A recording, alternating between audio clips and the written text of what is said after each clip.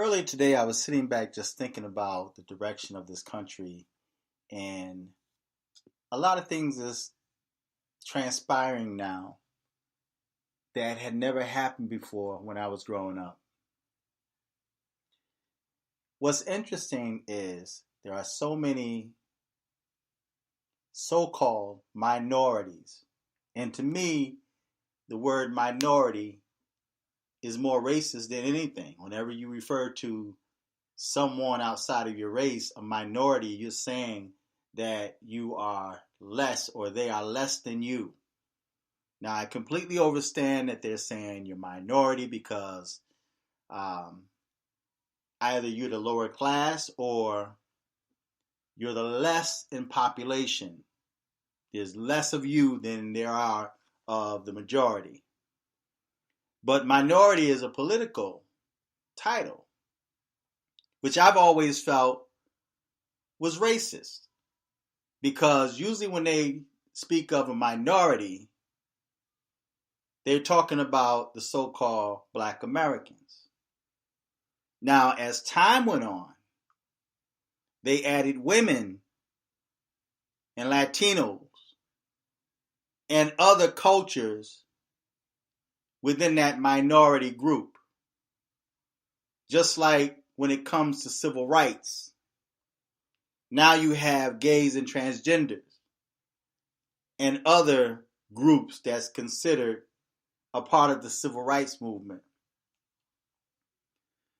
But sitting there thinking, I was thinking about Alexander Ocasio-Cortez, which is Hispanic, and then you have Ilhan Omar, which is a foreigner, an immigrant, and then you have Talib, and then you have the other black female, I'm not really sure of her name, and you have minorities or so-called minorities technically running Congress. And it's interesting because in their minds, they really believe that they have power.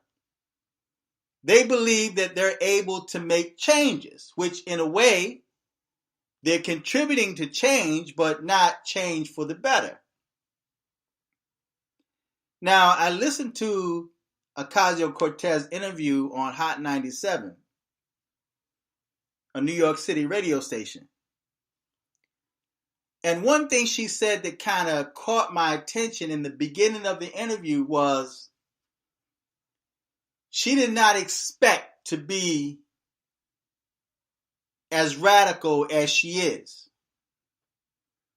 And she said in so many words that that group that they have, that squad as they call it,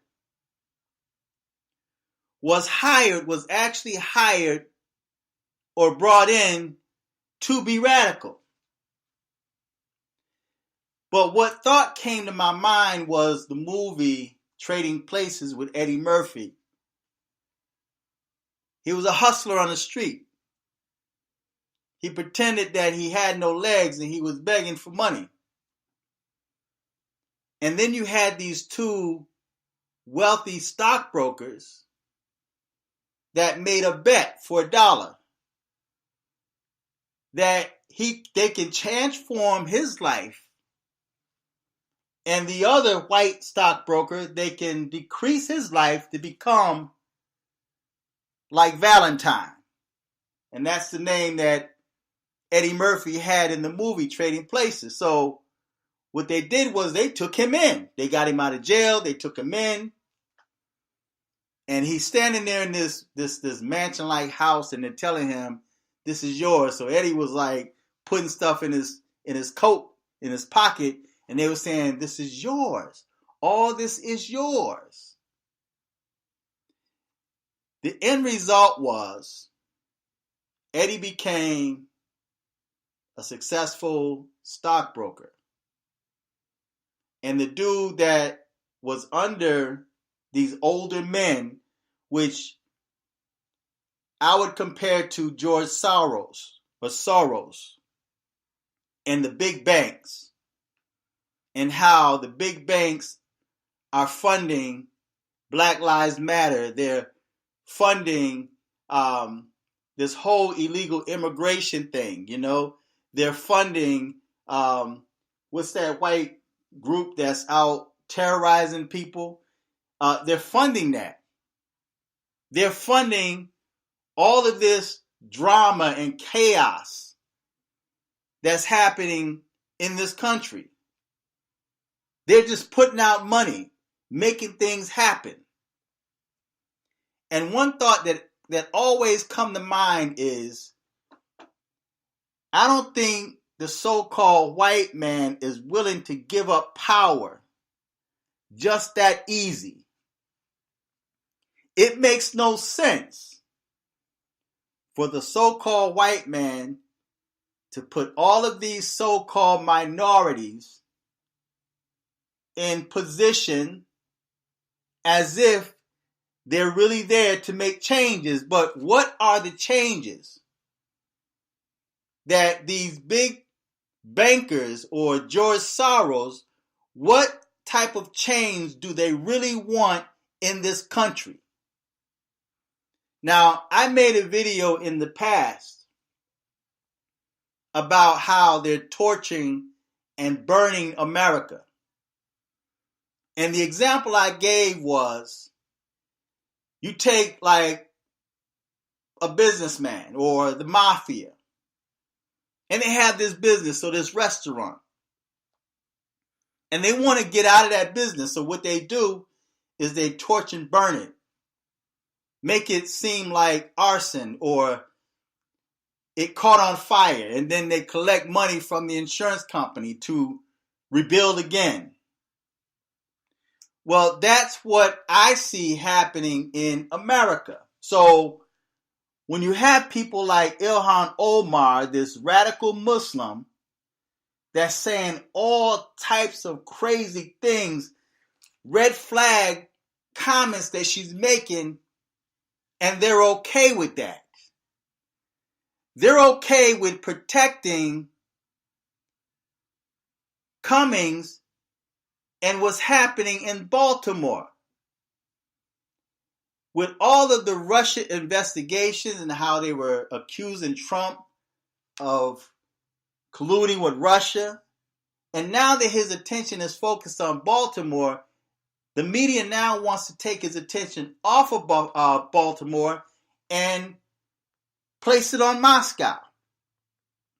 The protesting that's happening in Moscow. They want Trump to help Moscow, Russia. So the thought came to my mind is that we're actually witnessing a real life, modern day trading places. So now you have Barack Obama, which was a former president. You have all of these black women that are becoming judges in Texas, in Atlanta, and they're plastering articles and photos of all of these black women filling the court systems. And then you have all of these black females and minorities, as they call us, are now filling the political arena, the lower level political arena. All of this stuff is not by coincidence.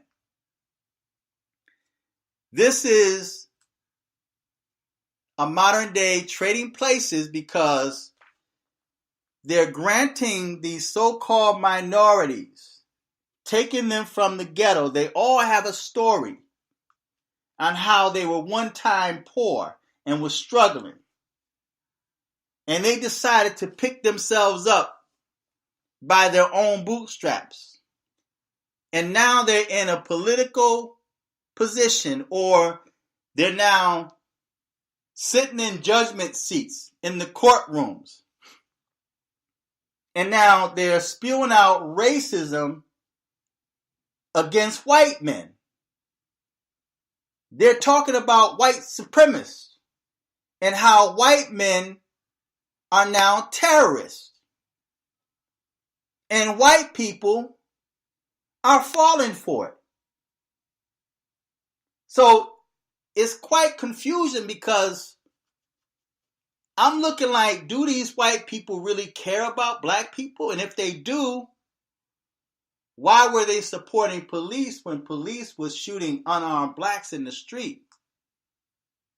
And now you want me to believe that they love you and they're fighting against white supremacy? They're fighting against their own people? They're saying that white men are the terrorists of this country and white men are agreeing with that? They're content with that and the white man is just going to give up his power just that easy? Or did someone make a bet? Did someone make a bet saying, if we give minorities the opportunity to run this country, would it become like Baltimore? Would it become the ghetto? Would it become ruins? And once we prove that we're greater, we're smarter than the so-called minorities, then we take back our power and we'll rule with an iron fist. Because they will now have no other option but to submit to us. They will be begging for us to be in power again. Was there a bet that was made, a dollar bet that was made on some level or another to allow all of these minorities now to lash out against the slave master, to take political leadership, to change laws, to make laws, to break laws? We'll even allow them to legalize marijuana. We'll release their prisoners from jail. Give them a second chance. Anything they ask for, if they want to be transgender, hey, we make laws to protect the transgenders. If you want to go back in time and arrest someone that you felt sexually assaulted you, we can make that happen.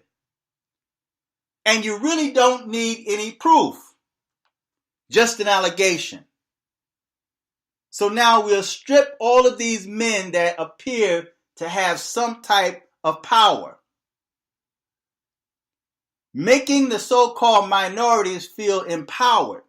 But in reality, like Valentine, they really have no power. But see, at the end of that movie, Trading Places, Valentine merged with the other stockbroker, the one they destroyed.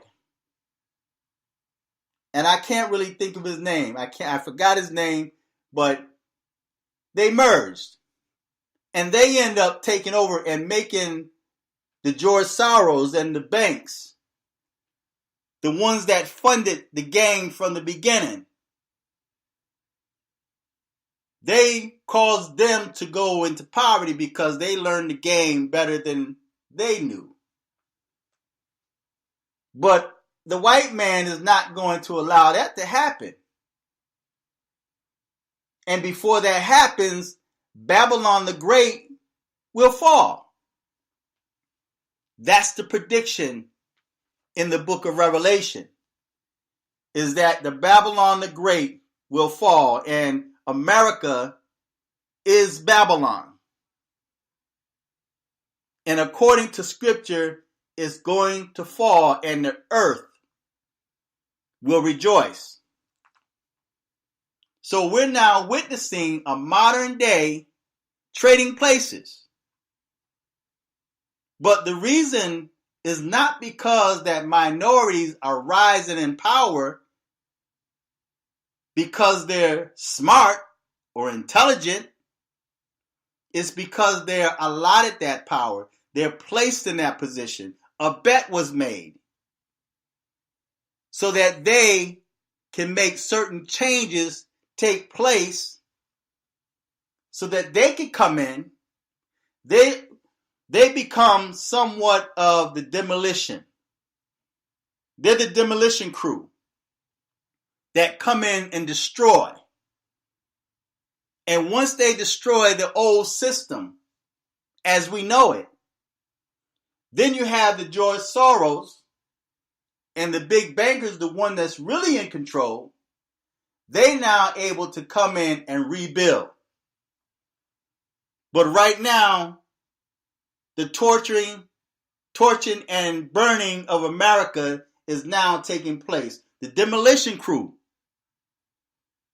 the Ilhan Omars, the Ocasio-Cortez, the Nancy Pelosi's, allowing the illegal immigrants into this country along with terrorists, giving them a license to drive, and they barely speak English.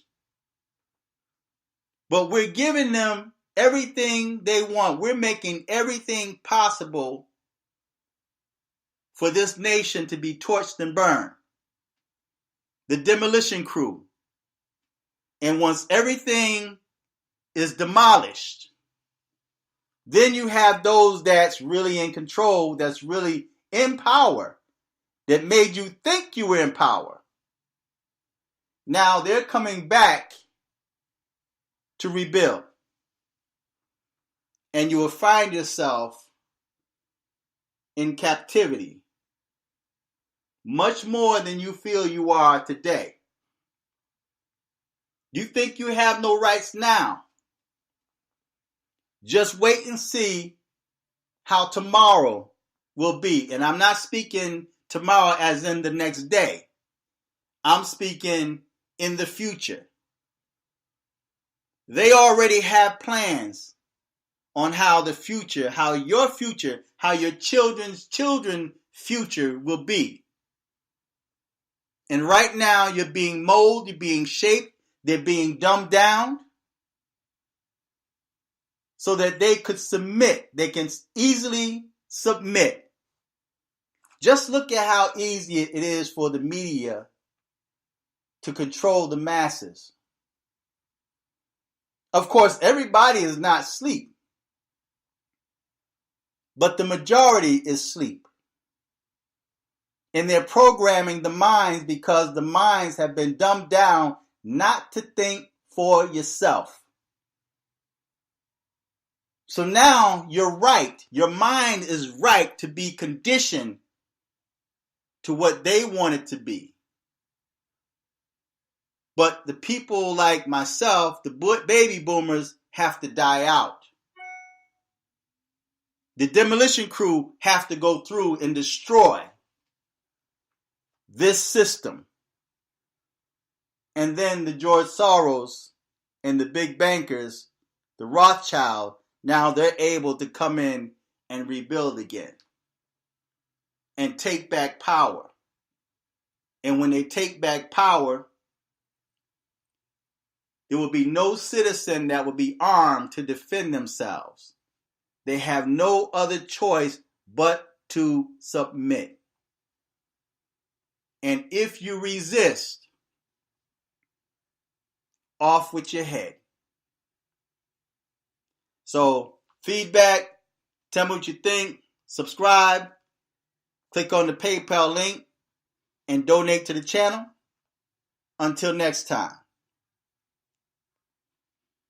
I'm fearless.